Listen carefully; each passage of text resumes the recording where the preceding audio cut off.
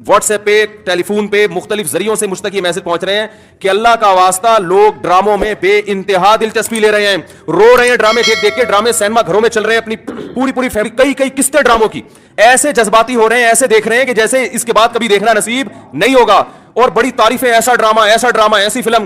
تو میرے بھائی یہ لغویات ہیں, یہ وہ چیزیں ہیں جن میں ٹائم ویسٹنگ کے علاوہ کچھ بھی حاصل نہیں ہوتا. جو لوگ ان چیزوں میں دلچسپی لے رہے ہیں, اللہ کے قرآن کے مطابق ان میں جنت کی علامت نہیں پائی جاتی. آپ ڈرامے دیکھتے دیکھتے قبر میں چلے جانا, یہ ڈرامے آپ کو اللہ کی جنت سے ہمیشہ کے لیے محروم کر سکتے ہیں. آپ کہہ سکتے ہیں انٹرٹینمنٹ ہے نا, تو یاد رکھو ایک انٹرٹینمنٹ جائز ہوتی ہے جو آپ کی صحت کے لیے اچھا ذریعہ بنتی ہے, آپ کے دماغ کو فریش کرتی ہے. ایک انٹرٹینمنٹ وہ ہوتی ہے جو آپ کے جذبات سے کھیلا جا رہا ہو اور آپ کو غلط میسج دیے جا رہے ہوں. ڈراموں سے, فلموں سے آج تک کوئی سیدھے راستے پہ نہیں چلا. ان ڈراموں نے, ان فلموں میں نے ہمارے فیملی سسٹم کو تباہ کر دیا ہے. صحیح بات ہے. کیسے کیسے ڈرامے دکھائے جا رہے ہیں.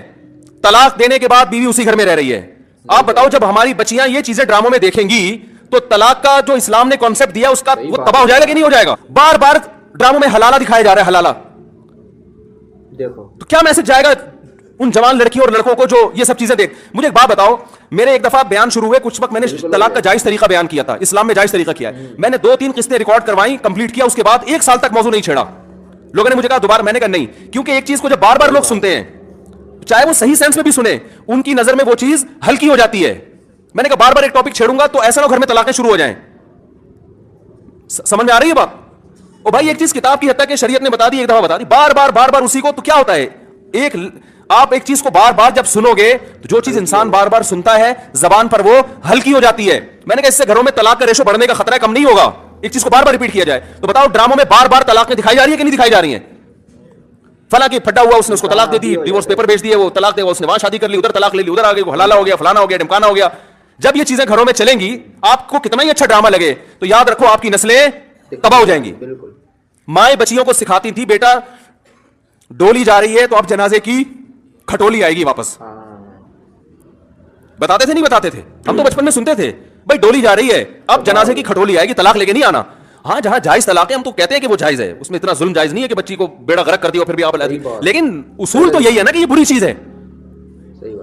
جب بار بار کلچر میں یہ چیز دکھائی جائے گی, شوہر نے تھپڑ مارا بیوی کو, وہ عدالت چلی گئی خلا لینے کے لیے, ہر گھر میں تھپڑ بھی ہوتا ہے, ہر گھر میں گالی گلوچ بھی ہوتا ہے, یہ تو نارمل چیز ہے. تھپڑ مارنا صحیح نہیں ہے, اچھا کام نہیں ہے کہ شوہر بیوی پہ ہاتھ اٹھائے, لیکن سب کچھ ہوتا ہے گھروں کے اندر, وہ بعد میں سب سیٹ ہو جاتا ہے. لیکن ڈراموں میں جب دکھایا جائے گا شوہر نے بیوی پہ تھپڑ اٹھایا, ہاتھ اٹھایا اور وہ چلی گئی عدالت سے خلا لینے, تو کل کس مرد نے غصے میں کسی عورت پہ ہاتھ اٹھا لیا تو عدالت کا دروازہ نہیں کھٹکھٹائے گی کیا؟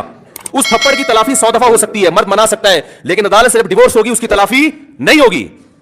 مرد کے دل میں نفرت پیدا ہوگی, اس سے مجھ سے طلاق کیوں مانگی, کیوں گئی ہے ڈیورس لینے کے لیے, بچوں کے بچے تباہ برباد ہو جائیں گے. بالکل کھٹکھٹائے گی. تو ان ڈراموں سے فیملی سسٹم کو جوڑا نہیں جا رہا, جوڑ کے نام پہ توڑا جا رہا ہے. نہیں ہوگی. اور میں نے اپنے دوست سے پوچھا, میں نے کہا یہ چیزیں تو فلموں میں پہلے زیادہ دکھائی جاتی تھی, تو ڈراموں پہ اتنا شور کیوں؟ انہوں نے بڑی پوائنٹ کی بات کی. انہوں نے کہا کہ فلموں میں جو چیزیں دکھائی جاتی ہیں وہ نارمل ماحول سیٹ کر ہوتی ہیں, ڈرامے کا مطلب یہ ہوتا ہے کہ جو گھروں میں ہو رہا ہے وہ دکھایا جائے, تو اس کو لوگ زیادہ اڈاپٹ کرتے ہیں.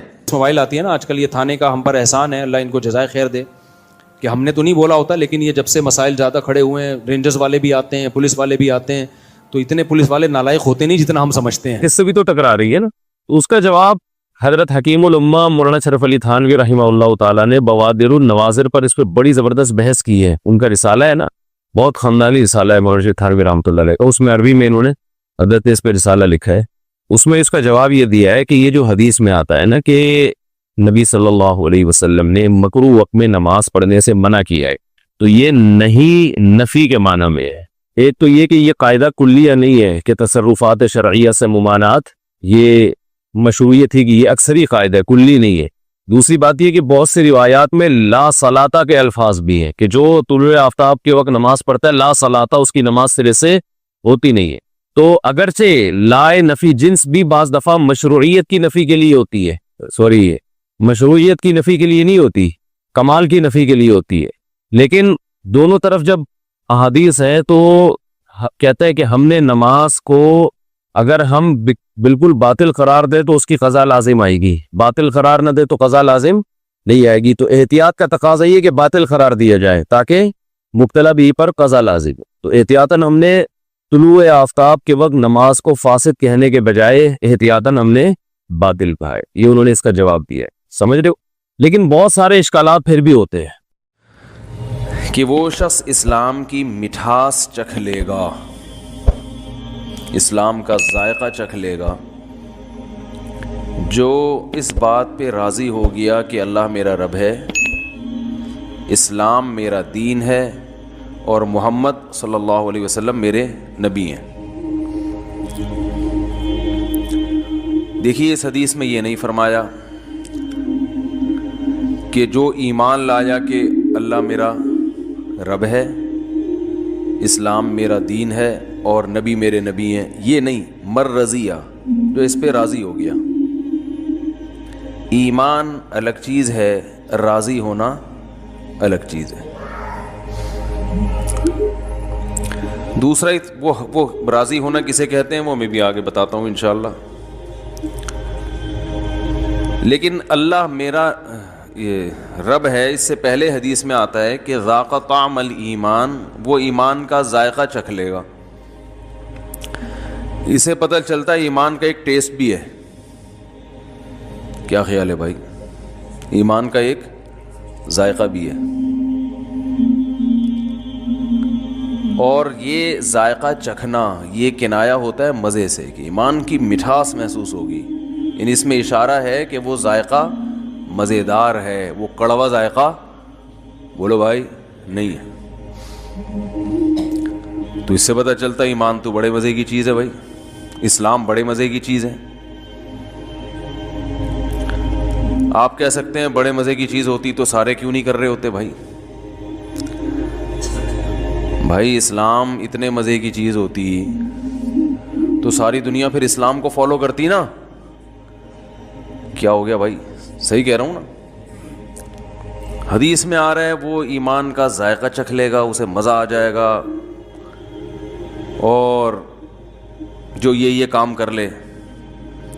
تو اس سے صاف پتہ چلتا ہے کہ ایمان لذیذ چیز ہے، مزیدار چیز ہے، میٹھی چیز ہے، اسے چکھنے کا اپنا مزہ ہے۔ تو اگر اتنی مزیدار چیز ہے تو ہم دیکھتے ہیں دہلی اور سہیل نہاری پر تو بڑا رش ہوتا ہے،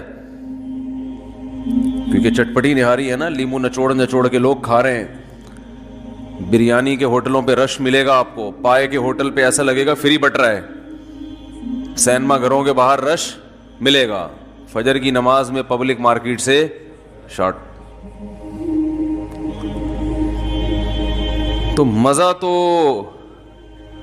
فجر میں اللہ کہہ رہے ہیں کہ اسلام میں ہے، تو اسلام میں فجر بھی ہے نا، اس میں پبلک مارکیٹ سے شارٹ۔ جو پکے نمازی وہ بھی 4-5 آ کے کھڑے ہوئے ہوتے ہیں،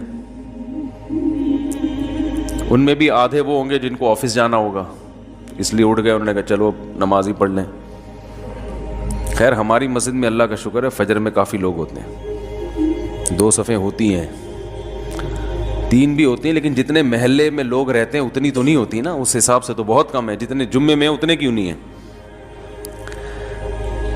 تو بھائی سوال پیدا ہوتا ہے، میں بار بار سوال کو اس لیے دماغوں میں اتارتا ہوں کہ جب سوال اچھی طرح سمجھ میں آئے تو پھر جواب کا بھی مزہ ہے، پھر سوال ہی سمجھ میں نہ آئے تو پھر جواب میں مزہ نہیں آتا، اور اکثر و بیشتر سوال سمجھانا مشکل ہوتا ہے، جواب سمجھانا آسان ہوتا ہے۔